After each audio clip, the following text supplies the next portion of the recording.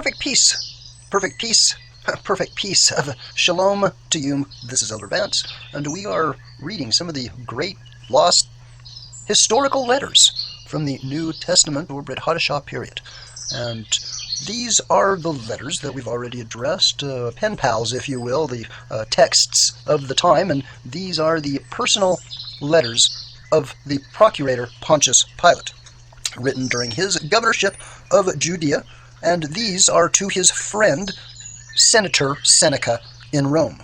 It was first published in 1928 by Great Britain, by Butler and Tanner. It was in private collections beforehand.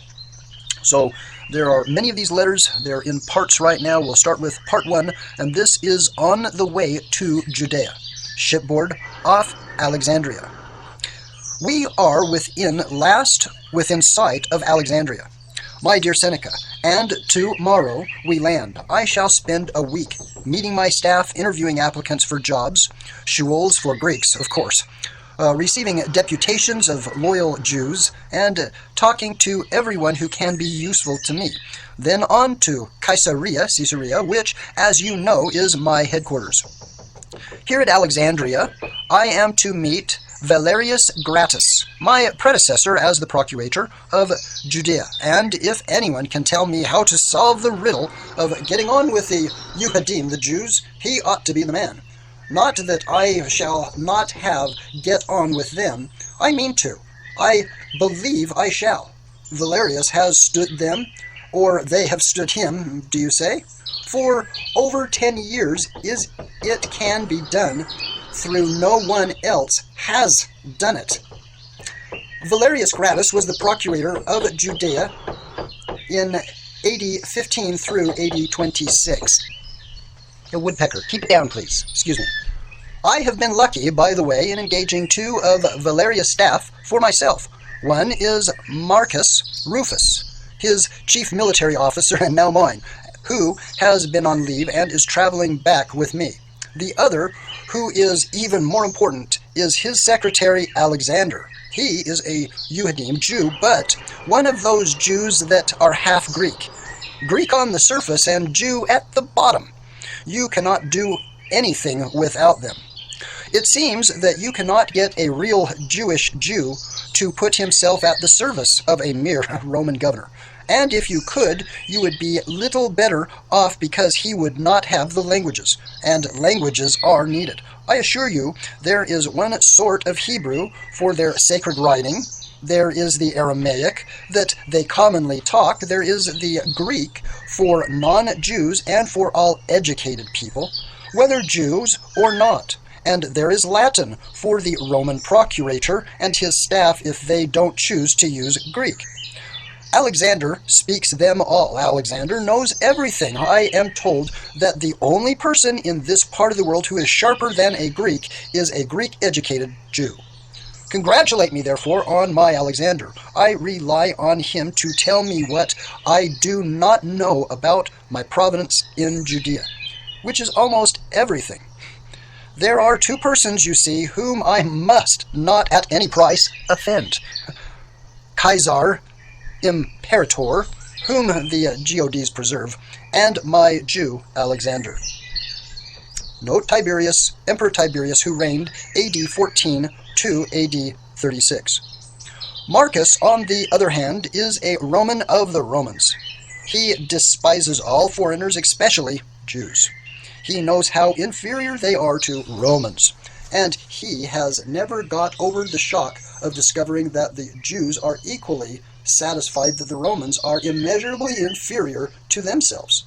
I was telling him that I had promised to receive the addresses of loyal YAHSHUA in Alexandria.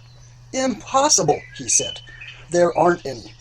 The other day, when the sea was very rough, a wave came over and struck me in the back, knocking me down. When I could get my breath, I said a treacherous blow. We are on our way to Judea, said Marcus. Procula, my wife, is worried that we are to have only a week in Alexandria. She says that she will not have time to do the necessary shopping. My own opinion is that from that point of view, a week is much too long. But It really is ridiculous that the Treasury should not make a special furnishing grant or something of that kind to a man in my position. You know I shall have to keep up the palace of Herod at Caesarea, and another that he built for himself at Jerusalem, and probably there's a third of the same kind at Samaria. How in the world is a poor man going to maintain these enormous palaces? It was all very well for Herod.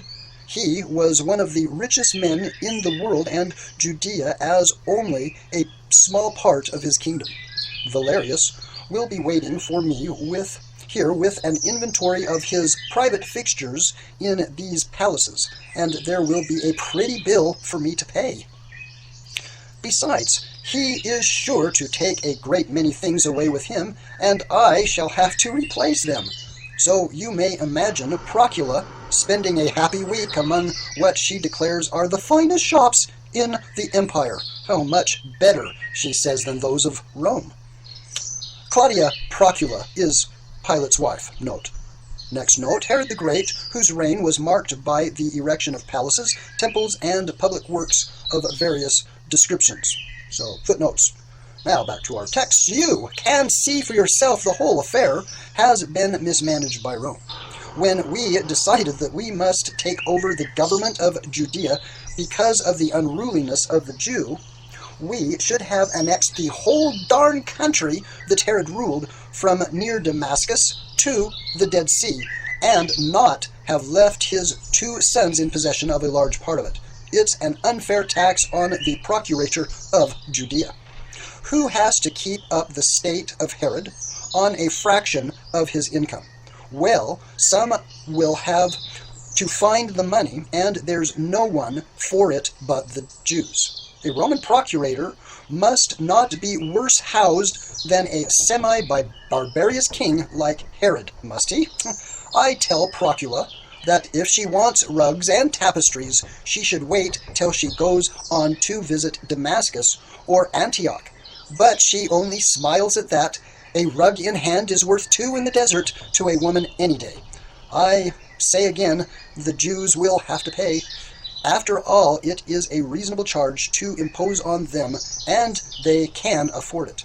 The Jews all over the world, and they are all over the world. You can't get away from them anywhere, are sending money to Jerusalem all the time. The footnote here, Pilate is thinking of the temple tribute, which all Jews sent to Jerusalem each year. The Roman governors, or the procurators, in the province resented these contributions, but the central government of Rome upheld the Jews in sending them. So in those tributes, there was no taxes paid. So the next footnote here goes back, and it says, when Herod the Great died in 4 BC, the Romans allowed his territory to be divided between his sons Archelaus, Antipas, and Philip, Judea falling to Archelaus. In AD 6, however, they deposed Archelaus and placed Judea in the hands of a Roman procurator, but left the other territory still in the hands of Antipas and Philip. And that footnote will sum up a whole lot of understanding to the situation. I notice as these writings appear as talking about men that we have out of the scripture, we have very little context to who they were. This, Pontius Pilate, to the senator Seneca, who we've looked at other letters to by Paul, Saul of Tarsus, at a later time. But these letters go into great detail about the men, their motives, who they were, where they were from, and what drove those men, whether religiously or secularly or wickedly. He is very frank and candid in these letters, as you do with a close personal friend that you would be writing to. And that is the reason I know that these letters are authentic. Who would benefit from writing such a letter outside of context? So, we are going to pick this back up. You would be astonished at the sight before me as I write. A perfect forest of masts. I did not think that there were so many ships afloat. No wonder the Alexandrians say their city is the greatest commercial center in the world. The captain has just pointed out to me a whole fleet of big ships on one side of the harbor, the fleet that carries grain to our people in Italy. The grain traffic, he tells me, is in the hands of, who do you think? Of course, the Idumean Jews. He also confided to me that he liked the Jews better outside Judea than in it. I shall see. At all events, I rejoice that, though I might easily have had a more important province when I am in Judea, I shall be governor, chief tax collector, and commander-in-chief, all in one. I will write again before we leave for Caesarea. Then we have a letter that says, Alexander, and policy towards the Jews. Alexander, I found your letter waiting for me when I landed, and hasten to thank you for it. I count myself happy that you, who are so busy and making for yourself so brilliant a name in the courts, should have had an inclination and that time to write me a long letter of good wishes and advice. It was shrewd of you. To my friend, Pilate, you said to yourself, the impulsive, headstrong Pilate will not be able to argue with me. He will have to take my warnings on with him from Alexandria and chew up upon them all the way to Caesarea. I will do that, I promise you, and whatever I do, so shall I wonder again that one so young as you should be so wise. The state is fortunate, that which can boast not only of Caesar, but of senators to serve them, and I shall watch your progress with affection, eagerness from my exile among the savages. Seneca was about 30 years of age at this time. Note, what you will say, savages, so that is all that my letter is accomplished, so that is the spirit in which you take up your task. The Jews are not savages. They are not. I seek but to provoke you. The Jews are highly civilized. They are intelligent and subtle, industrious and tenacious. They can split a hair with the most learned and steal a march with the most cunning. You need not be afraid. I shall not underestimate or underrate them. But you say beware of their religion, for on that subject they are most sensitive, the most prone to take offense, the most indomitable in resistance of any people on this earth. And you add, holding up a warning finger, you know what Caesar wishes. I know. No commotions, no rebellions, taxes duly paid. That is what Caesar wishes. Yet you will not pretend that Caesar loves the Jews, at least in Rome. Precisely, says the wise Seneca. In Rome, Caesar does not love the Jews any more than he does the Egyptians from Mitzrayim. They will not mix. They are a race apart. They will not do sacrifice to the gods or to Caesar. They claim all sorts of privileges. Caesar does not want such people in Rome, though they flock there more and more. They should stop in their own Judea. Then, and in their own Judea, let them alone. Is not that the instruction? I have not laid your letter well to heart, believe me. I shall not interfere with their religion, their priests or their temple, but I have heard, and have you know so much, not also heard that with a Jew religion comes very near to politics. What, pray, is a Roman governor to do when religion becomes politics? I have heard that some of them will acknowledge no ruler except their Elohim, not even Caesar. Not even Caesar, mark you. Let them beware. I do not think that Caesar will be lightly displeased with servants who are only concerned to secure respect for his authority. In religion, the Jew may go their own way. In politics, they shall go my way, the Roman way, or I will know the reason why.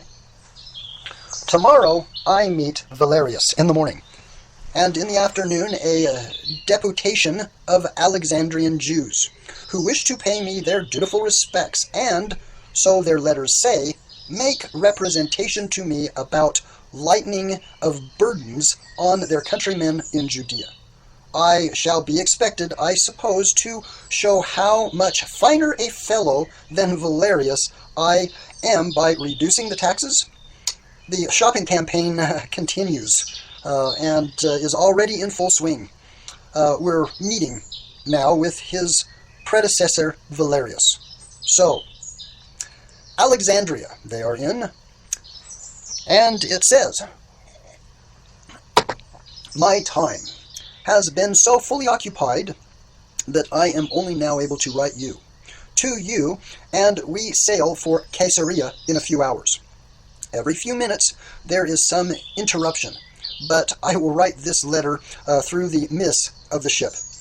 There is one thing of great importance which I must say at once, lest I forget it." What was it? Oh, the Jews can wait. You told me you may remember of a new wash which you had devised with your vine plants, more efficacious against pests than any known to you, and you attributed it to a generous crop that you had last year. I had told my freedman Leon, who manages my farms at Luretanum, to write and ask you for the particulars, and I shall be grateful if you will give them to him.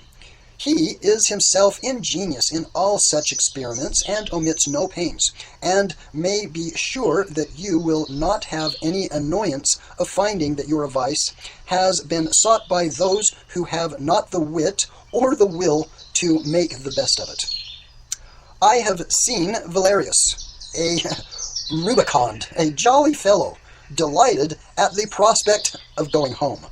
I wanted to ask him about Judea. He would scarcely talk about anything but Rome, the chariot racing, for which he has a passion. However, he told me enough about the furnishings of Herod's palaces to make it clear that my worst fears are true. He says that Archelaus, when Caesar deposed him, sold the contents of the palace and being his private property, and that consequently every governor since then has had to furnish anew or buy the fixtures of his predecessor. How can I pay so much? I said at the beginning of my term of office, borrow the money from the Jews, said Valerius, and then increase their taxes in order to pay it back. But, I replied, I am just going to inform Jewish deputation that out of respect and administration for their race, I intend graciously to remit a 10th part of the tax. Why not? Said Valerius. I did the same thing myself, but in 6 months you must restore the 10%, and in 12 months put another 10th on that. He told me also that I should by all means encourage the Jews to throng to Jerusalem from Asia and Africa and from all over the earth at the time of the great festivals, their Moedim, especially the Passover. So long as Caesar maintains peace in the province, the Jews flourish. The travel in tens of thousands to Judea. That's where you're going. They carry their money with them. Then is your chance, he said. Make them pay a visitor's tax when they enter. Raise the custom duties on everything that is bought and sold while they are there, and put a specially heavy tax on all the movement that they carry away when they go back. They will grumble, but since they are departing to other provinces that need not trouble you, the Jews in Judea, having helped you suck them dry, will take no further interest in them. I like Valerius. He knows what is helpful and practical. I had meant to describe the Jewish deputation to you, but after that, all of that, that I must wait. I shall have more leisure to do it adequately on the way to Caesarea. You may think of me during the voyage taking lessons on Judea from Alexander. What kind of man is he? You must ask. What sort of man? You know the sort of Jew that is aggressive, insistent, loud. He is the other sort. He's quiet, differential, often obsequious, and unless I am mistaken, as deep and disdainful of me and you, of Rome and Caesar, and the noisiest of all of them. At present, Alexander is engaged in a brisk flirtation with Acme. That's Procula's Greek slave. She's a pretty girl. He has succeeded Marcus. Jew do not marry non-Jews, I believe, but outside of marriage they're not particular. These are the instructions from Valerius. This was written shipboard on the way to Caesarea. The sea is only choppy, and I must not grumble, but I am glad that it is a short voyage compared with that from Italia. I had meant to tell you that Valerius said to me about Galilee.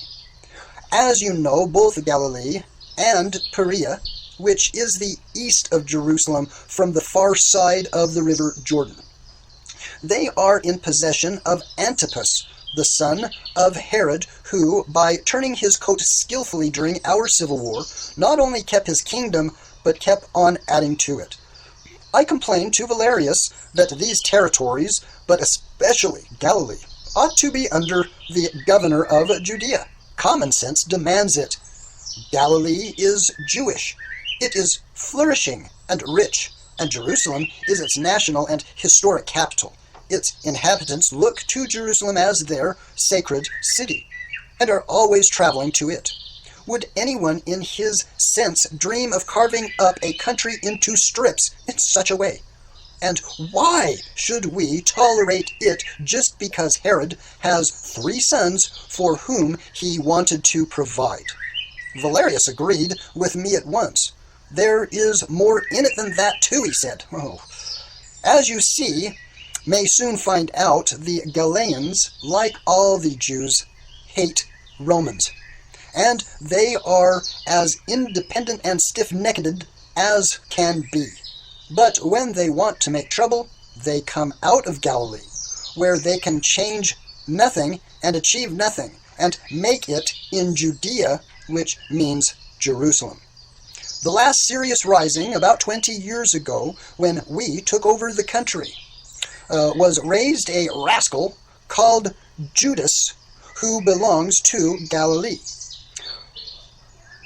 We've got the footnote we'll read right now. Judas of Gamala headed a revolt on the death of Herod in 4 BC, and again AD 6 through 7, when the Romans first imposed their formal scheme of taxation. It was form of the party of Judas and Zadok, a Pharisee. The Zelotes, the Zealots, arose, whose implacable hostility led to a fatal revolt against the Jews against the Romans. Now, going back up to my footnote, it was a real rebellion. The unfortunate procurator of Judea was not allowed by Caesar to have any rebellions, while at the same time he is prevented from dealing with the beginnings of sedition in Galilee, even if he knows of them, because it is the kingdom of Antipas, and he must not interfere. Then we ought, I said, to get rid of Antipas, and Valerius smiled. I have been waiting for 10 years, he said, and he has never given me a handle.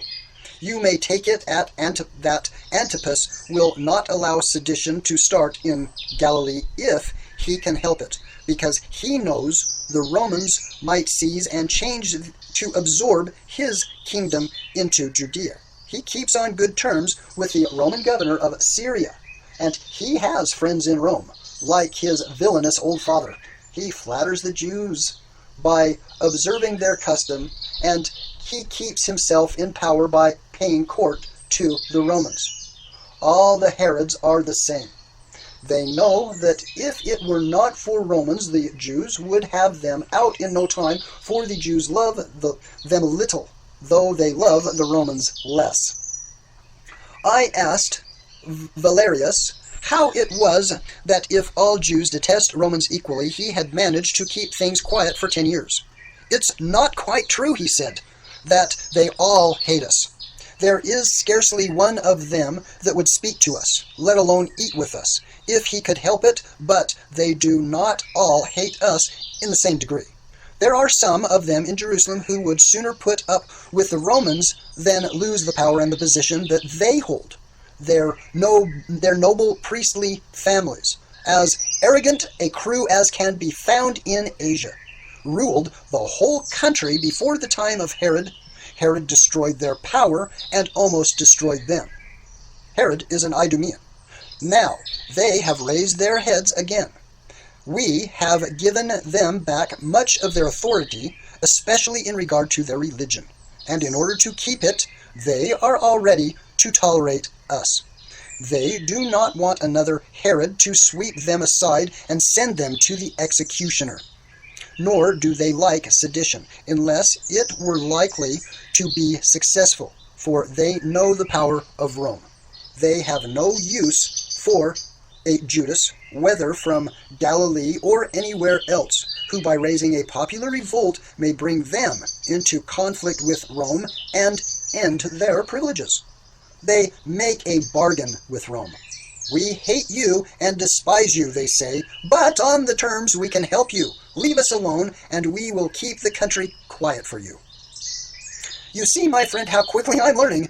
I am to work with these priests in Jerusalem, and look out for an opportunity which I am not likely to get of tripping up Antipas between you and Valerius and Secretary Alexander. I shall soon be a statesman. All the same, I shall press for an increase in the garrison of Judea at Antiochus. 4,000 men is not enough. I shall say, when I get the chance, that I need more troops to watch the frontiers of Galilee and Perea. I have not told you about the deputation after all, but I will write again before we land at Caesarea. A Jewish deputation at Alexandria, which was written by Pontius Pilate, shipboard near to Caesarea. And he writes to Seneca, "Now at last I can describe the Jewish deputation. It was a bigger affair than I had expected. But then the Jews in Alexandria are much more important than I had supposed. There is a Jewish settlement, which they say occupies nearly half of the city. I know that on the day before the deputation came, I drove, and always the people and the placards and the shop signs were Jewish. Everywhere, children, and everywhere aged gray beards, grave and gesticulating in the street.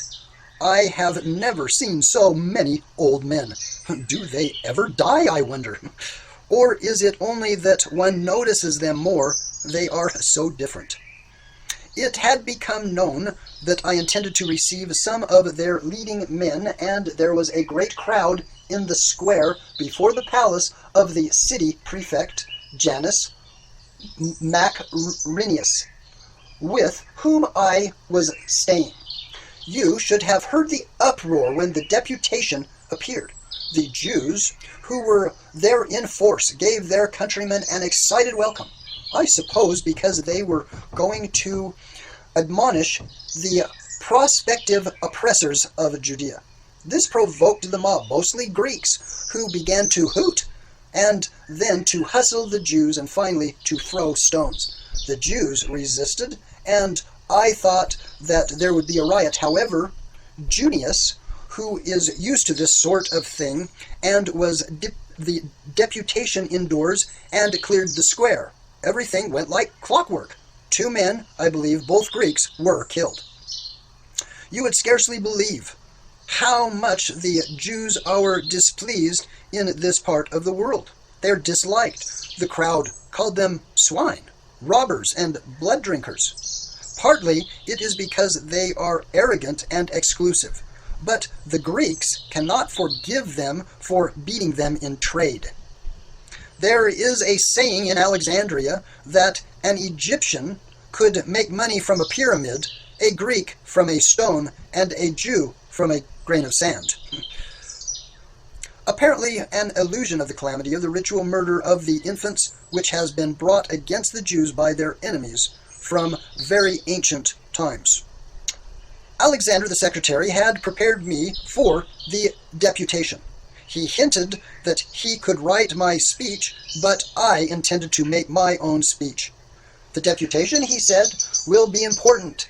As a sign of respect to the new procurator, it will be headed by Philo and Alexander. He seemed to expect me to say something. Oh, yes, I said, Philo and Alexander. I must remember their names. Janus was delighted. I do not believe you have heard of either of them. He said the secretary went on unmoved. Philo has a certain reputation as a philosopher. Why? Said Janus. He is the greatest living Jew. He is called the Jewish Plato, which infuriates the Greeks, and have never read a word of him, but I believe he has set out to prove that the Hebrew scriptures contain the whole of Greek philosophy. Alexander added the secretary is Philo's brother and is the late leader of the Jews in commerce and finance, as Philo is in letters. Junius added that Alexander was the recognized head of the Jewish community, enormously wealthy and ready to lend money on good security. I thought myself that I must take note of Alexander. Philo and Alexander were, in fact, the spokesmen of the party. I was brief and solidary. You have, I hear, a petition to make to me, was all I said when Junius presented them. Each of the pair had something to ask of me. They spoke quietly, I need scarcely say, with complete assurance, as though equals to equals. Philo spoke first. Since he was to deal with religion, he began with compliments to Rome, of course, to Caesar and to me. He said that the YHWH, the Jews, had always fought hard for their independence, but had never for long been able to preserve it.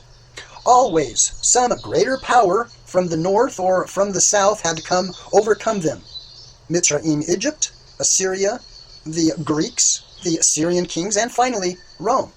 Nowadays, they are not only recognized that they could not hope to prevail against the midst of Caesar, but they no longer desire to, for Caesar gave them peace and good government. I interrupted to say that there were consistent complaints of some fellow springing up in Judea, an itinerant preacher or a so-called patriot of a mere band, and he always ended by inciting the people against Rome. Philo rejoined that these were in any event ignorant, illiterate men who counted for little, and that the rulers at Yerushalayim, Jerusalem, supported by all that was best and most educated among the Jews, were satisfied to have things as they were, provided that they were left undisturbed in the exercise of religion. And in this every Jew throughout the world was on their side. He went on to warn me with professions of respect that in Judea the Jews would not abate one jot or tittle, the yud or the tets of their religious convictions.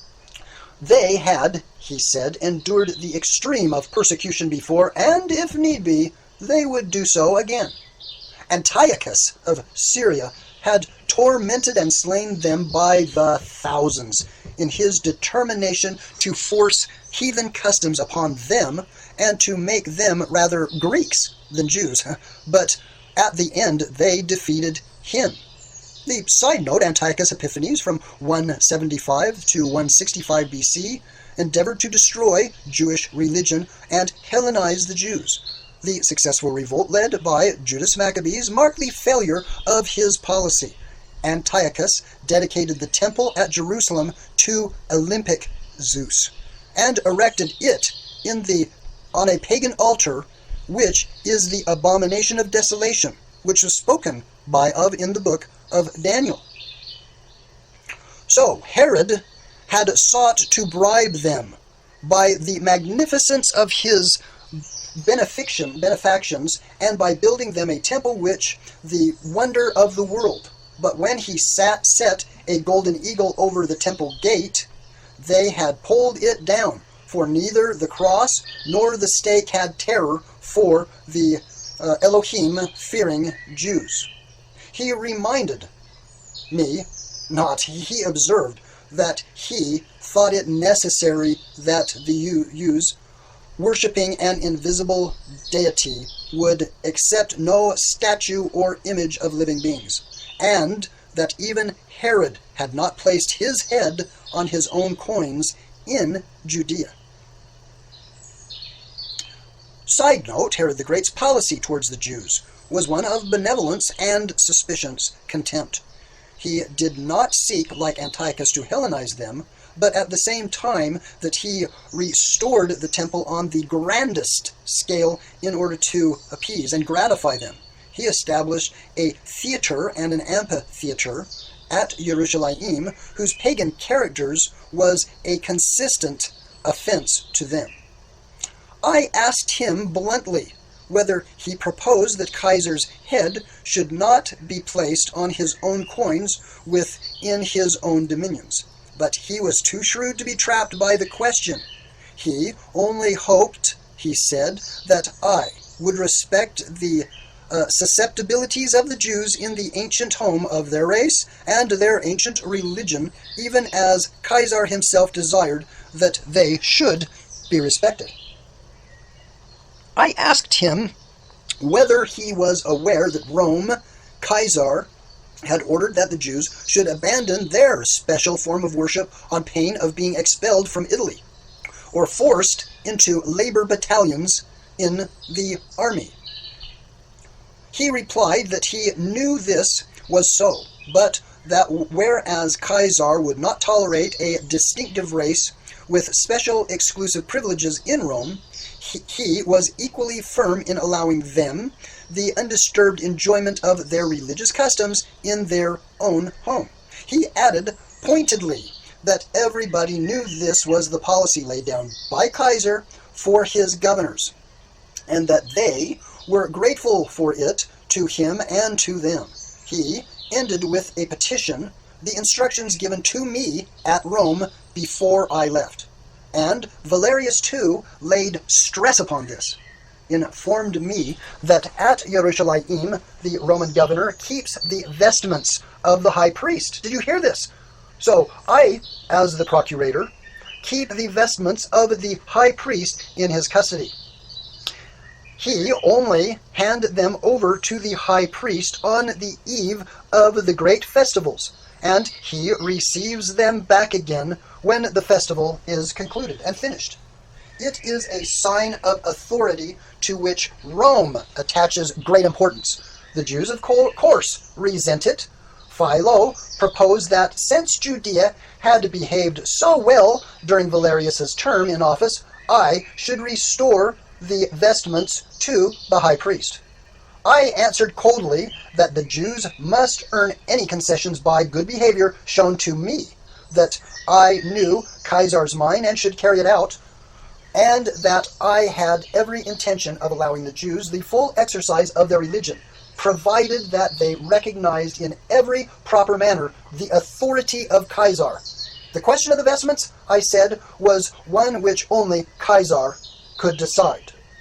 Footnote, Herod the Great had kept the vestments in his own custody, and the Romans continued the practice. When, in AD 36, Pilate was summoned to Rome to answer to the accusations of misgovernment that were made against him, the vestments were restored to the charge of the priests in the temple. We will be getting to those documents later, but now we're continuing with the letter of Pontius Pilate.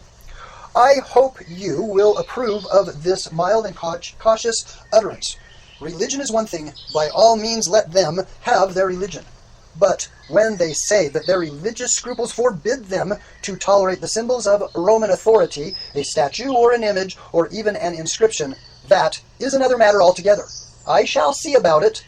I do not think that Caesar will blame me for enforcing his authority. I thought Philo would never stop. His brother, Alexander, I am glad to say, was briefer. He was full and the poverty of the Jews. He said there is an impression about that all Jews were rich, but it was a great mistake. Judea was a poor country, a large part of it mountainous and barren. The really rich territory is Galilee. Do you know of it? But people thought Judea was wealthy because of the contributions that Jews everywhere sent to Jerusalem. This, however, was temple money designed to maintain the services of the priests, and it could no more be touched than the jewels given by pious benefactors. He himself, by the way, is one of those which adorns the temple itself. He urged me to create peace, shalom, and contentment at the beginning of my governorship by a large remission of taxation. He spoke of my reference to troublesome agitators in Judea, and said that his own experience as a collector of taxes in Egypt was that the less people were taxed, the less likely they were to listen to sedition. I said I would consider it. I could not tell him I could, that a governor never needs money so urgently as in his first year of office, and that every governor has an endless string of creditors at Rome. If it were not for his creditors, would any man choose to govern the Jews? A most illiberal sentiment, you will say. So it is, but I cannot always be a Seneca. To think of the untold wealth that flows from every city of Asia and Africa and almost of Europe to Jerusalem, and I cannot so much as touch it, nor, I assure you, will attempt to. Soon as we shall be within sight of Caesarea, Procula is full of excitement about it, but then she does not realize for how many years may have to live in it. The arrival at Caesarea. From the harbor in Caesarea, congratulate me, my friend, for I have reached my providence. Wish me a quiet and uneventful term without rebellion, droughts, or tumults, so that I may earn promotion in some higher post than this. Help me to make history. I have left Procula on the deck. She is wildly excited. She expected, I believe, to find tents and savages. And here is a city which looks, she says, almost as good as Nepal's. Certainly, there is nothing Jewish about its appearance. The first thing we saw from many miles out was a temple of white, gleaming marble, high up on the hill, on the outline of a great amphitheater, also white.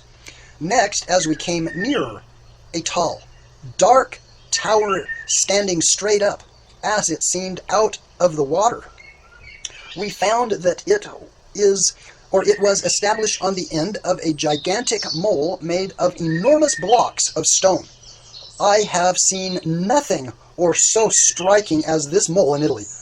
It runs out crescent-shaped from the southern end of the city towards the north. It is several times as broad as any of our roads, with towers upon it and arches where seamen may lodge. It projects so far towards the northern shore that it leaves only a narrow entrance for the open sea, and with all of it, the heaven of calm waters in which we now lie. The size of the stones is almost beyond belief, and how Herod contrived to get them here and have them hewn and plant them in position is more than I can understand. He must have searched all Asia and Africa for skilled engineers.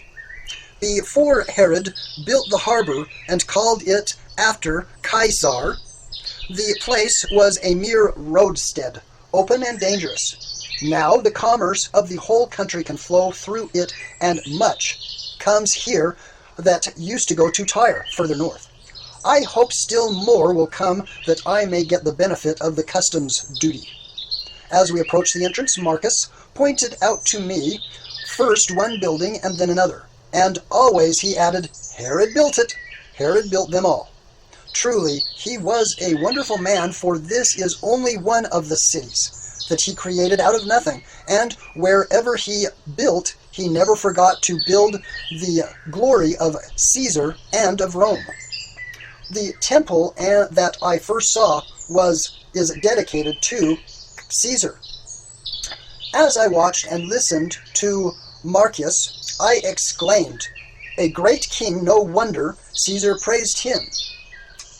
The footnote, it is reported that Emperor Augustus and his minister Agrippa had said that the dominion of Herod were too little for the greatness of his soul. Mere acquaintances, I'm sure. Continuing, I was astonished to hear a harsh voice near me saying, "Yeah, Herod, a great murderer." And there, if you please, was my humble Alexander, with a scowl on his face and a snare in his voice, looking as though he hated, as I'm sure he does, even the stones that Herod had set up. He was a Jew himself, I said, in order to tease Alexander. I knew that Herod was only half Jew, being of the race of Idumeans, which is a descendant of Esau. I suppose that if there are any persons whom the Jews hate more than pure Romans and Greeks, it is the people who are part Jew-like Idumeans and Samaritans. He was no Jew, said Alexander curtly, and he was the vilest murder that ever came from Idumea. Whom did he murder? I asked. I know he executed rebels somewhat freely, but I expect that most of them deserved no less. You mean the execution of his family? Murders, said Alexander. He is rather pretentious. He put to death Hyrcanus, the aged grandfather of his wife Miriam, and then her brother. He put to death her mother, Alexandra. He put to death Miriam herself, and for that, by the justice of Elohim, he had a deep passion for her. He suffered and tortures of the damned. He put to death his own 2 sons by Miriam, and another son by another wife, who had set his mind against those 2. He put to death, and then he rolled off a long list. I cannot remember them all. I have so much to think of, but no, there were 2 successive husbands of Herod's own sister Salome along with them. I asked Alexander what motive Herod had. Was it merely pleasure in killing? No, he said. The family of Hyrcanus was of the princely tribe of Judah stock, and Herod exterminated every member of it, lest it should produce a rival to himself. At Rome, they call that statesmanship. I said, I hope not indiscreetly. Apparently an allusion, and a dangerous one, to the jealousy with which the Emperor Tiberius regarded all possible claimants to imperial power, being the side note there. I asked Marcus what was his view on Herod. He was thoughtful. A great prince, he said. He had large ideas about everything. Caesar Augustus was right when he said that Herod was big enough to rule both Syria and Egypt. He was the shrewdest man that Rome has had to deal with in these parts. He knew how to be useful to Rome and also how to use her. But at home, he was a wild beast. He lived on blood. It is true, his own wife and his sons. That takes some stomaching. The streets are decorated in our honor, and we can hear the noise of the crowds assembling to greet with our procession. We are meeting with Caiaphas in the palace of Herod in Caesarea. We are duly installed, and I am hard at work. I sit from morning to night studying reports from every quarter of Judea, going into accounts, listening to petitions. I really believe that for the last 12 months, Valerius must have saved up every difficult and disagreeable question for me to settle.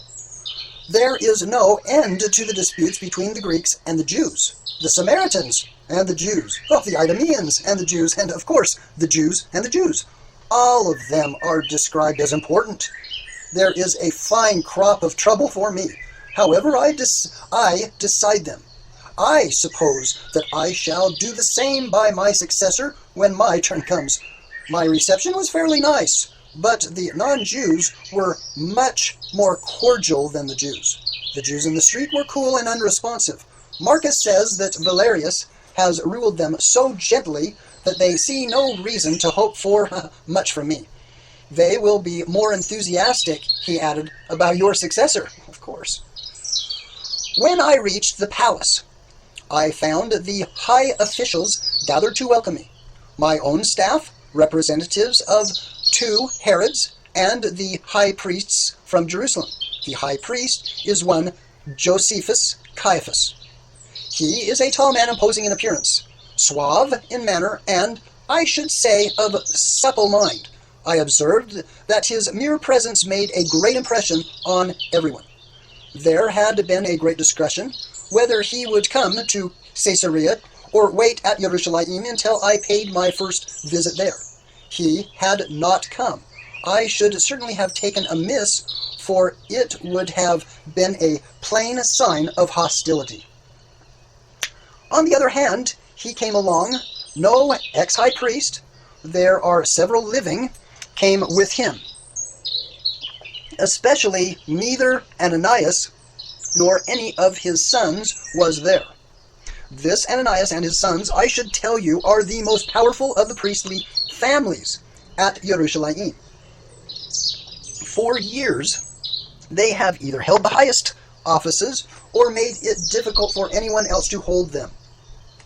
Old Ananias himself was high priest when Valerius came here, and Valerius found him impossible. He merely wants the protection of Rome so that he can go his own way in everything.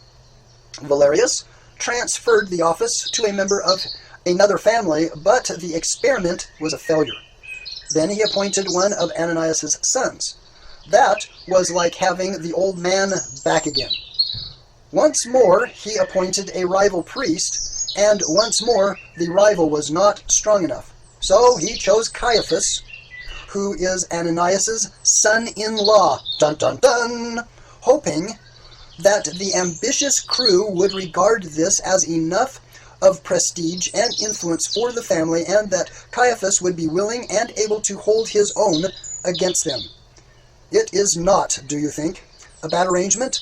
Caiaphas keeps the peace with us, and who thinks Caiaphas is too subservient? At heart, all of them alike, office holders and office speakers, except the Romans, for the present.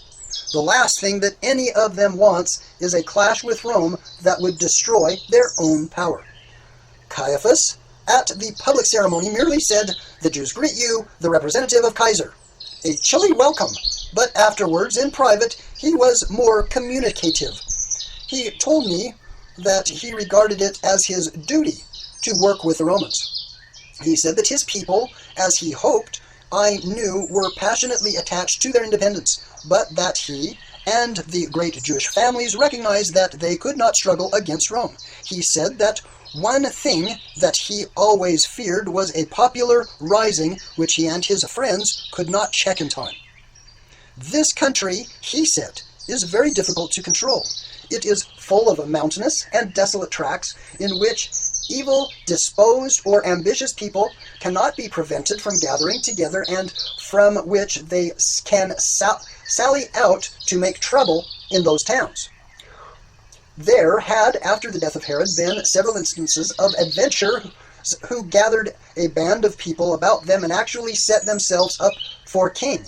One of them might be a mere bandit, another might be a political rebel against any sort of foreign rule. A third might presume to lay down the law about religion. In any event, there was danger. The common people were extremely ignorant, and I was amused to see the contempt with which he spoke of them. And any sort of leader with a gift of action or of speech meant to them some of them who might restore the liberties which they had once enjoyed. Besides, he said, speaking very quietly, you have to remember that all Jews believe that someday, a distant day, I am afraid, this with a smile, he said it, a deliverer, a Messiah, will arise who will restore the ancient glories of our people. I do not pretend to understand their religion, but I gathered that the coming of this deliverer The Messiah, he called him, would be incorruptible with government by Rome, or by any other power. I must ask Alexander about this. The voice of Caiaphas was equable, almost casual, as he talked to me. I take it that he and his friends will support no rivals, be they kings or messiahs, who endanger their authority under Caesar's government. I thanked Caiaphas and asked him where Annas was. And he replied that Annas had a cold, and in any event seldom left home. He would present himself to me at Jerusalem. I said that Annas had several sons, one of whom had been high priest. The footnote, Eleazar, appointed by Valerius Gratus, in all 5 sons of Annas, at one time or another held the high office of high priest. Annas himself was high priest for 9 years, and Caiaphas for 11. And the footnote, he answered that it would not be seemly for them to come in the absence of their father. I imagine that the old man completely overshadows them. Caiaphas and I understand each other, I think, but I shall need to watch him. The position is extraordinary. I wish that you were here to study it. As I look out from the palace, I see below me this town, which, apart from the Jews, is full of Greeks, Egyptians, and the rest. Away to the south is a strip of plain along the sea. Behind it are foothills, and then rising behind them a barrier of mountains, bare and rugged, among which dwell the real Jews, stiff-necked and obstinate. They are surrounded by enemies, Samaritans to the north, Idumeans to the south, Romans at the points of military vantage, and the Greeks everywhere. And they do not desire to have them other enemies. The very troops, the auxiliaries by which we hold them down, are recruited from these enemies on their own soil, for they themselves will not serve in the army, and we, wrongly, as I think, exempt them. They shut themselves up in their Jerusalem, and still more in their temple, unchanging and, at heart, unyielding. I have had no letter from you, my friend, since I came here.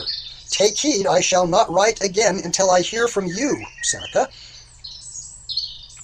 So, now we are looking at the problems of a governor.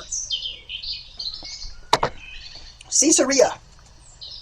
Your letter has come, and I am grateful to you for it and for your office of service.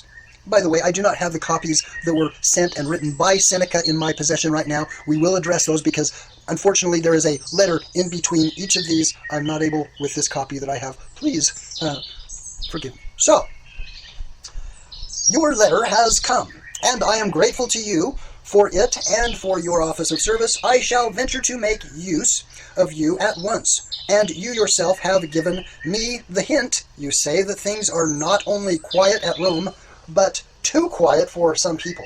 The mob grumbles, as stingy Caesar for not giving them largesse and games, and hopes that he will treat them more generously when he comes back to Rome. In this year, Tiberius retired to the island of Capraea in the Bay of Naples. He never returned to Rome. So that's the side note there that adds a lot of information about Tiberius the Caesar. You approve of Caesar's policy, and so do I. Let them go without their games and do some honest work for a change. But I am not Caesar, and I cannot afford to have my people grumbling. Therefore, I must exhibit games, and that is why I ask you for your assistance. First of all, I shall have some fighting with wild beasts. I would like to have the sort of contests I saw at Alexandria, some bulls against some elephants. But elephants cost too much for procurators. The chief display will be half a dozen lions against a dozen Idumean prisoners, armed with darts. You can see at once that it will be an affair of tactics. It can separate the lions, but there I know you have a mind about such things. They have 6 light darts each, so the odds are on the lions. Some of the prisoners these are criminals, will fight on horseback against the bulls. These prisoners are chosen because they cannot ride. Later, the gladiators, and here you can assist me. I want to give the people a novelty. I find that they have rarely seen a Gaul, and scarcely ever a Briton. Now I design a chariot fight between Parthians on one side and Gauls and Britons on the other. The chariots are here. I shall have 6 on each side, and I am getting the governor of Syria to send me some Parthian prisoners. There will be 6 to drive and 6 to do the fighting. Can you get me the Gauls and the Britons, especially the Britons?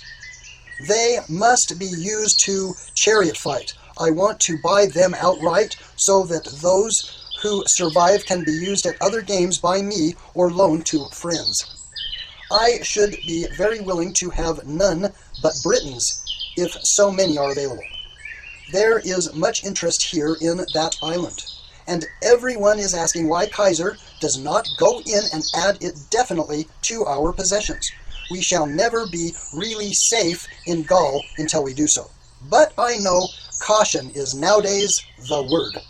Note, Tiberius, following the Maximus of Augustus, was reluctant to extend the boundaries of the empire, and the conquest of Britain was not seriously undertaken until 43 AD under Emperor Claudius. I have asked Alexander what the high priest meant with his talk about a Jewish deliverer or Messiah, and I know that you, of all people, will want to hear this answer. Like everything in this strange country, it is a mixed question of religion and politics. Apparently, the Jews are led by their sacred writings to believe that some day or other their Elohim, who has chosen them out from all the peoples of the world, which is a funny notion, will re-establish them in the position which they held hundreds of years ago, when neither Rome nor Greeks had come upon them. But, says Alexander, their educated men and their rulers, like Caiaphas, are much too sensible to think that it can be done in these times of ours. And so they postponed the coming of the deliverer to the infinite future, or even say that it applies not to this world at all, but to another life succeeding this. A very sensible view to take, will you say? And so do I. But the ordinary Jew who buys and sells or farms or fishes sees the future differently. The more he is oppressed to barbarians, as he would say, like Greeks or Syrians or Egyptians, Mitzrayim or Romans, the more does he look forward to the coming of a deliverer, a Messiah, a sort of Elohim sent from his heaven to liberate the Jews. Some of them even think that this deliverer, the Messiah, will not only free Judea, but will conquer all the world. That is why Caiaphas spoke meaning to me. There's never a rascal set himself up anywhere in these parts, but a horde will gather round him and believe his story that he is sent to be their king. What would Caiaphas and Ananias make of that? I said to Alexander, he stirred a muscle. It was doubtful, he said, how far the deliverer would require the services of a high priest any more than of a Roman governor. Ananias and Caiaphas undoubtedly believe that the deliverer will come someday. They must believe no less, but they will be very slow to admit that he has actually come. The common people believe that he may come now, and they may decide at any moment that he has arrived. Is it not a comic idea? This paltry little race that has been overrun by half a dozen conquerors, carried into slavery, scathed about earth, believing that it is the chosen out of all others, that it is its Elohim, who has never been able to prevent its misfortune, will send someone to overthrow Kaiser and Rome. You would think that they would see we only keep 4,000 soldiers here, that they would know better how weak and contemptible they really are. But I suspect that Caiaphas knows better. Many of them think that those 4,000 are all that Rome has. In any case, if you can rely on a god to perform all sorts of miracles, it does not matter how many soldiers are on the other side. I fear that someday they will require a lesson. If you have had a chance, I beg you to commend me to Lucius Aulus Sejanus. Note, a favorite of Tiberius, who at that time was the real ruler of the empire. Later, he was denounced by his master from his retreat at Caprine, accused of conspiracy and hurried to execution. So this Lucius, pray tell him that I am contemplating making some new roads in this country, and that I shall ask permission to call the first of them by his name. I shall write to him myself later.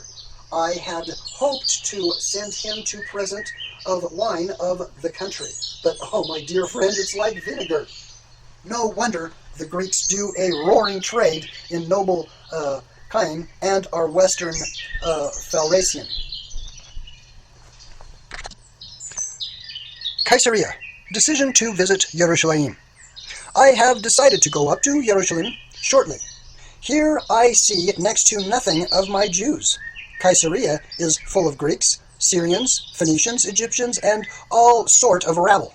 There are many Jews, it is true, but they are of the common sort, traders, moneylenders, and are the like. The men who count are at Jerusalem, and it might be thousands of miles away, though it is just up in the hills. Caiaphas is careful to keep in touch with me, but so far as most of them are concerned, I might not exist at all. I am going up, therefore, to make the acquaintance of Ananias and his friends. Besides, I want to see their headquarters, the nest in which they harbor their seditions, if any be there, the strongholds which, according to Marcius, will give even Rome no little trouble, if they ever should defy us. I must take a look at the defenses and consider how my little garrison will be situated if there should be a rising. The roads too, and my water supply, you will commend me for this. I know these things are always bad until the Romans take them into hand. I am also curious to see their temple, though I suppose they will hardly make me take a look at it. And I must find out where they keep the temple money, if only to protect it against robbers. You need not suspect me. I shall not emulate Crassus or Sabinius. These are both Roman generals that plundered the temple treasury. So Crassus and Sabinius, but you know that if anyone raided their treasury, I would get the blame. I assure you I am not ready to get on with them, but I must find out what sort of people they are, what they are doing. Here in Caesarea, I feel that I am cut off from my own province. I will remain uneasy. Though the chief of my intelligence section reports all is quiet and no signs of trouble is brewing. He, by the way, is a Grecianized Samaritan, Joseph by name. Most of his family lost lands and life at the hand of Herod. He hates Herod's sons, and he hates the Jews, so he is a useful servant to us. I hope to go to Jerusalem in 3 weeks' time. The games went off very well. The Gauls and the Britons fought magnificently. The crowd were so delighted that they insisted on them fighting again and again, with new antagonists until almost all were killed. The contest between the Lions and the Idumeans was not so successful. The Lions separated the Idumeans, so it was soon over. One of the Idumeans fought splendidly, and I would have liked to have saved him, but the Lions ate him too quickly. There was one curious episode which illustrates the obstinacy of these Jews. There were 4 of them in prison, here condemned to death for highway robbery. I offered to let them fight against a tiger, the conditions being that they should be armed with any sort of wooden weapon that they liked to choose or make, but that they should fight first, do public homage to the bust of Caesar in the arena. They were quite willing to fight. They were strong men, all of them, but they refused to sacrifice to Caesar. I told them that they would be thrown to the tiger as they were, and they laughed at me. So, thrown they were. And now Alexander, with a glum face, warns me that the Jews have some religious objection, apart from the personal one, to having their bodies torn by animals. They have so many religious objections. The postscriptum, or P.S. I have opened this letter to inform you that Alexander, supported by Marcus, Joseph, and everyone else, now tells me that I cannot go up to Jerusalem on the day which I had fixed, because it is the Sabbath of the Jews. It would give deep offense, they say. It would be taken as a deliberate provocation. There would be mourning and protest and perhaps rioting. Rioting on the Sabbath, I said. Surely not. But I suppose they might make an exception to do a little rioting. Of course, I had to give way. I could tell that at once from Marcus's face. The Sabbath is incredibly sacred to them. He says they will neither do nor tolerate labor of any kind. You must not do this. You must not do the other. It seems to me there is scarcely anything you can do. I wonder, does their sacred river Jordan flow on the Sabbath, or does it take a rest? I asked Marcus the question. There are some of them, he replied, who will not eat an egg if it is laid on the Sabbath. If you have a wooden leg, I asked, can you walk it out with you upon the Sabbath? Nothing disturbs Marcus. I believe he answered that the learned men are divided on the subject. The fact is a subject of controversy among the learned, by the way. I could hardly contain myself. Of course, I said, on the Sabbath, they do not perform the functions of nature. Alexander intervened. You are quite right, he said, looking at me with admiration. Some of them do not. Footnote, the Essence of the Essene sect. I was a little puzzled, but supposing I said that when we were interrupted and the subject was just dropped.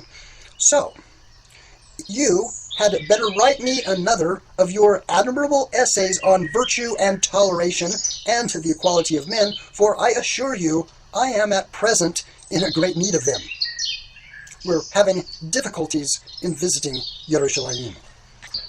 Written from Caesarea. I would, or could, burst with indignation. Everything is ready for journey to Yerushalayim, and this morning I have discussed with Marcus the last touches, everything else that I can think of. I inquired. I felt brisk, full of lively expectation about Jerusalem, and almost amiable towards my Jews. Of course, he said, we do not take the image on the standards. Footnote, the standards of the Roman soldiers frequently had fixed to them medallions bearing images of the emperors. I protest that I showed no astonishment, and I am learned not to be astonished in this country. Then, why not? I said. When we take the standards to Jerusalem, he reported, we always leave the images behind. Not on this occasion, I think, said I. Whatever Valerius Gratus may have been weak enough to do, he did not turn a hair. Every procurator, since Caesar took over the country, has left the images behind and asserted, otherwise the Jews would be deeply offended. I assure you, my blood boils. Do you mean to tell me, I asked, that when a Roman governor makes his formal entry into the city of the Jews, he is to omit the standards of his troops, the image of Imperator Tiberius Caesar, whom may the Geodes preserve, and of Augustus Caesar, Imperator, his great procession? I do, he said.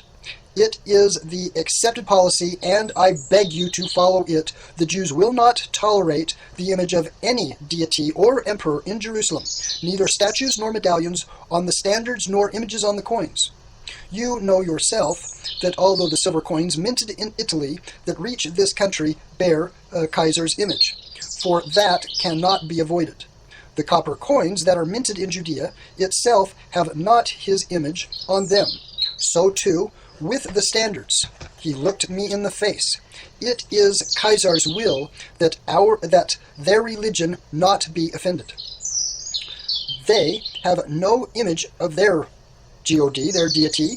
In the depths of their temple in Jerusalem is a little chamber which is inhabited by their deity. But it is empty, and there is nothing in it. Caesar would not object, I said, if I took his image into Jerusalem and nothing happened.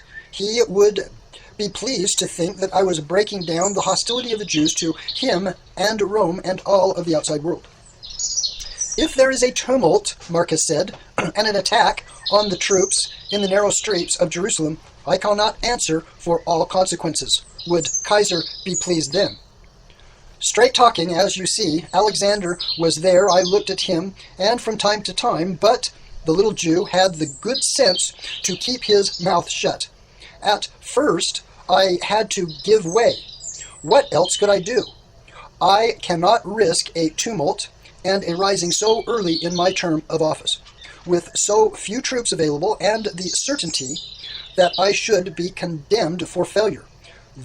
Though, if I were successful, all Rome would praise my firmness. But it goes against the grain to enter Jerusalem before the eyes of these arrogant priests and their surly people, as though we were on sufferance. It is the same everywhere. What do you Britons think when they see that we stop short at their island? What do these Jews think when they see that we choose rather to humiliate Caesar than offend them? They will take toleration for weakness and caution for timidity, and it will do no good. Evil will come of it. Mark me. We shall have our work to do again, and in the end we shall have it to do it thoroughly. At present I must yield.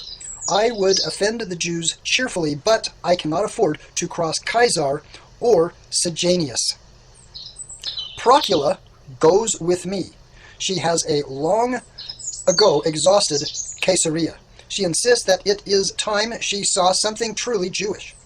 I tell her that at all events, when we go up without the images, she will be seeing something that is truly un-Roman.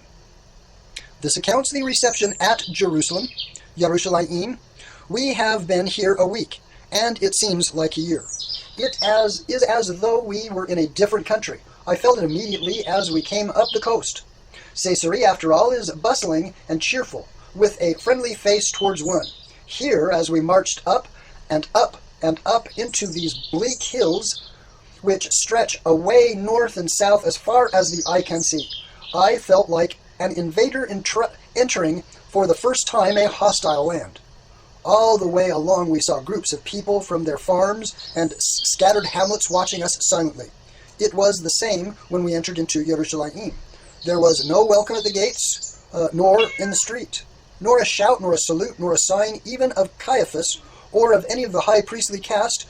Crowds enough in the street, for the place is like a rabbit warren, but all of them glum, silent, as though they had been given an order, or sneering as us if they thought they had caught our eye.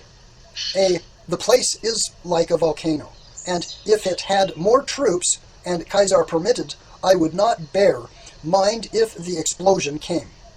Marcus said that it was not come, not yet, the high priest he asserts, and by that he means the little ring of families from whom the high priest is always chosen, will have as little to do with me as possible, but they have things well in hand. I will have them well in hand before I finish. And so I have told Marcus. He warns me to expect no friendliness from the priests or people. To all of them alike, we are alien usurpers, to be regarded with coldness and suspicion until their Elohim thinks fit to remove us from our necks. This is a wretched city. Except for the great Herod's work, there is scarcely a single building worth a glance. Whatever pride and taste they possessed, they have put into their temple. These streets are narrow and ill-paved. Their drains and water supplies are disgraceful. Even for Asia, it is no wonder why they suffer from all kinds of diseases. I shall have to see about this. The hand of Herod is evident everywhere. How that man must have desired and laughed at the Jews. On one day he would humor them, and on the next strike them in the face, or more likely, do both things almost together. He built them a temple, which is one of the wonders of the world, and they are proud of it, as well they may be. And at the same time he built a theater in the city and an amphitheater outside it. And of what use was that, you say, since they so much resent the introduction of such wicked spectacles? I think that it is just what must have delighted Herod. The priests and all their stricter folks denounce him and his evil works, but many of the common people flock to the spectacles. What people could resist the temptation? So Herod, in the eyes of a good Jew, was a corrupter of the people, more subtle and more dangerous than his persecutors. It goes without saying that Herod built a palace too, an enormous affair, which is also a fortress. It gave him an additional grip on the city.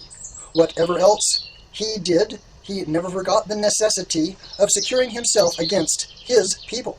The whole country is dotted with fortresses. I do not live in the palace. Sometimes more modest is enough for my pretensions. Besides, I like to have my soldiers near me. I live in the Antonia, the citadel, which is close to and overlooks the temple. I have troops there and can keep a clean eye on the temple. For if there is trouble afoot, especially at the time of the great festivals, it is in the temple that sooner or later it will show itself. You cannot imagine the eagerness of the Jews to fight each other.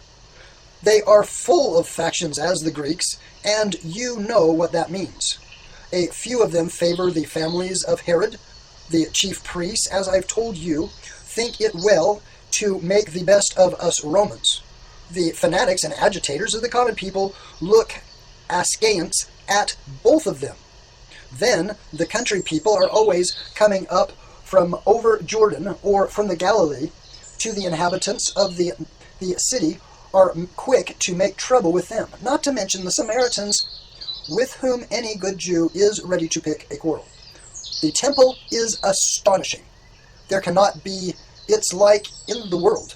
It is a city in itself, and the priests and the servants attached to it must number thousands.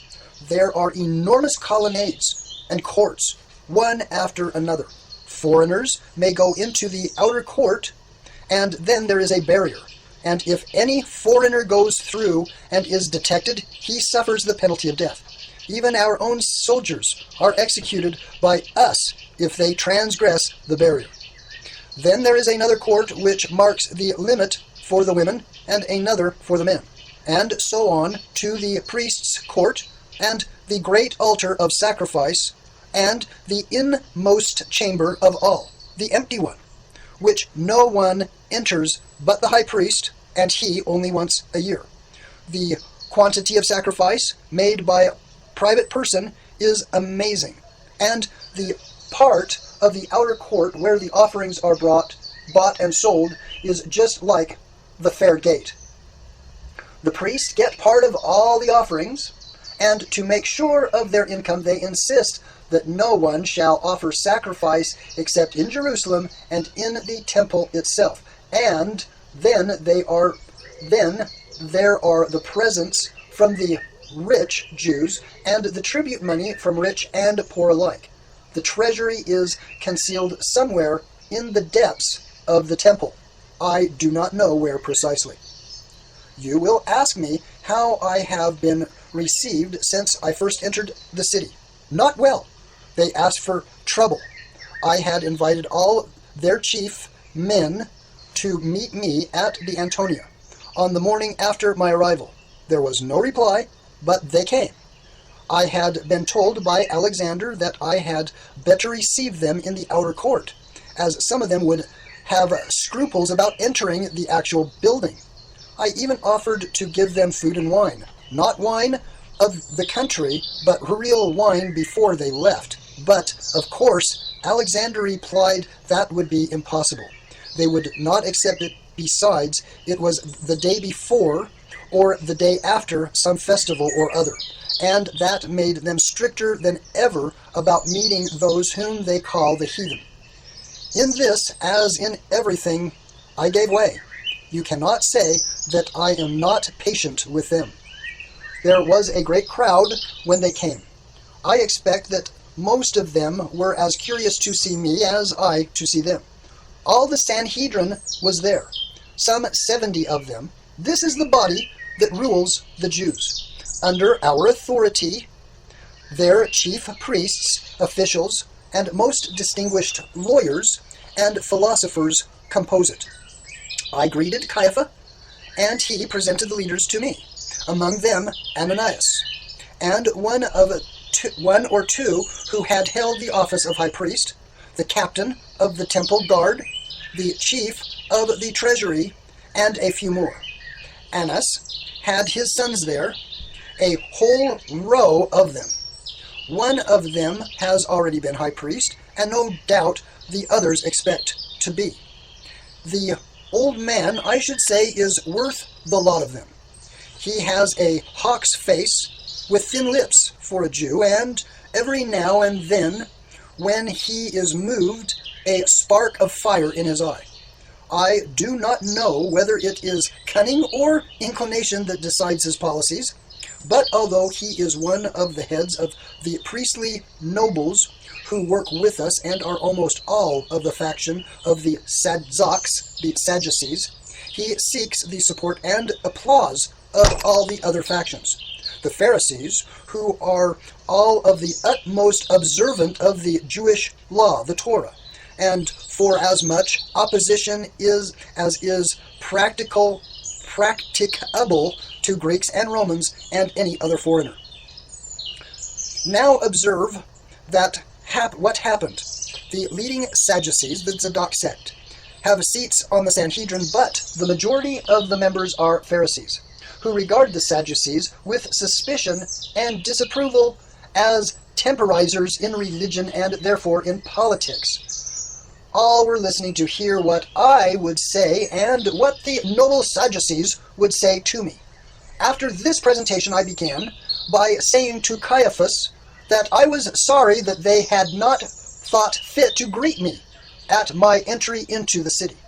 I spoke in Greek because that, as you know, is the language of the educated throughout the East. Before Caiaphas could reply, Ananias said something sharply in a foreign tongue, and there was a little moment of applause among some of them. Caiaphas said hurriedly that it was a matter of custom, and that the Roman governor had never, so far, demanded a formal welcome into entering Jerusalem. I am becoming, I really think, a miracle of self-control. I did not ask what Ananias had said, but I had discovered afterwards that he had said in Aramaic, which they use among themselves, that it was surely enough that they should consent to come to me at all. I turned to them, however, and said again in Greek that I hoped the indisposition was better which had prevented him from coming to welcome me at Caesarea. He smiled slightly and replied again in Aramaic, an insulting thing to do. And there was a general laugh. I made Alexander translate for me this time. It appeared that the insolent fellow had said that his indisposition was better but might return at any moment. However, I know how to deal with such gentry, and I addressed them in Latin to teach them their place, and ordered Alexander to translate into Greek. I told them roundly that I was displeased with my reception in Caesarea, and still more in Jerusalem, but that they should have no reason to complain of me so long as their conduct was sincerely loyal.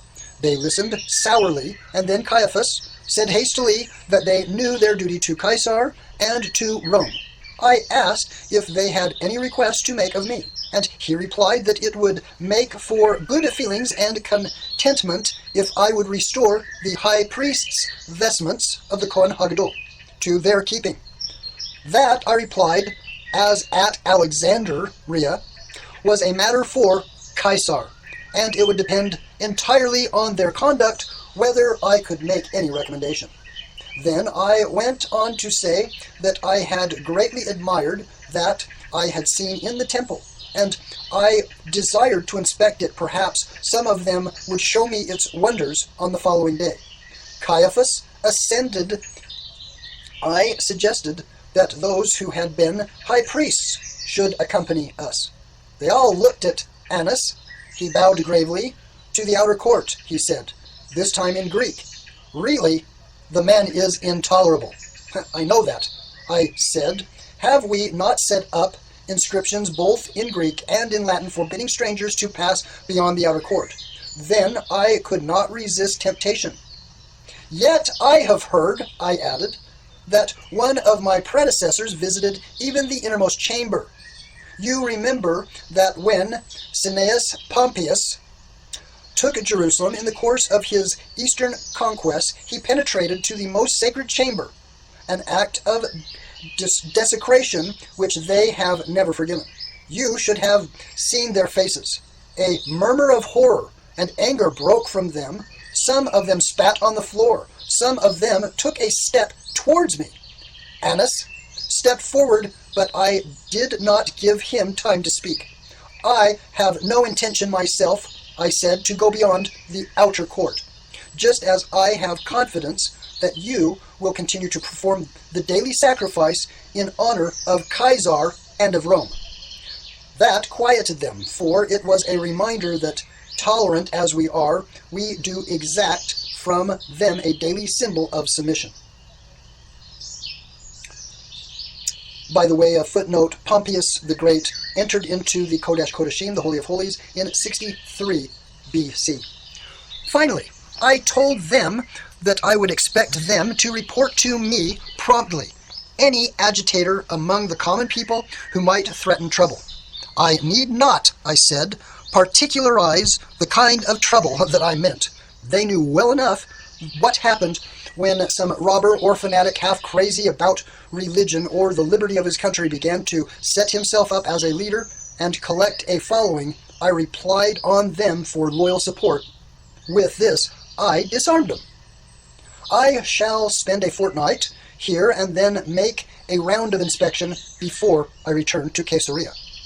I must see the country people. I believe they have not the slightest understanding of the power and importance of Rome, a most dangerous form of ignorance. I shall be glad to get away, but Procula will be sorry to leave Yerushalayim. She finds everything picturesque, and besides, their religion and their temple worship attract her. It is curious how these Eastern religions fascinate the women. If it is not Egyptian, it is the Jewish brand. The greater the mystery and hocus pocus, the readier they are to submit themselves to those priests. Procula visited the outer court and questions Alexander about their wonderful innermost empty chamber. I tell her that someday she will forget and pass through the barrier. Then it will be my unpleasant duty to have her executed. Oh, by the way, I have 2 questions for you. How many synagogues are there in Jerusalem? 50, do you say? There are nearly 500. And who discovered the alphabet? The ancient Egyptians or the Assyrians, you reply? No, it was Abraham, the ancestor of the Jews. You do not believe it. What a presumption. Neither do I, but the Jews do, or pretend to.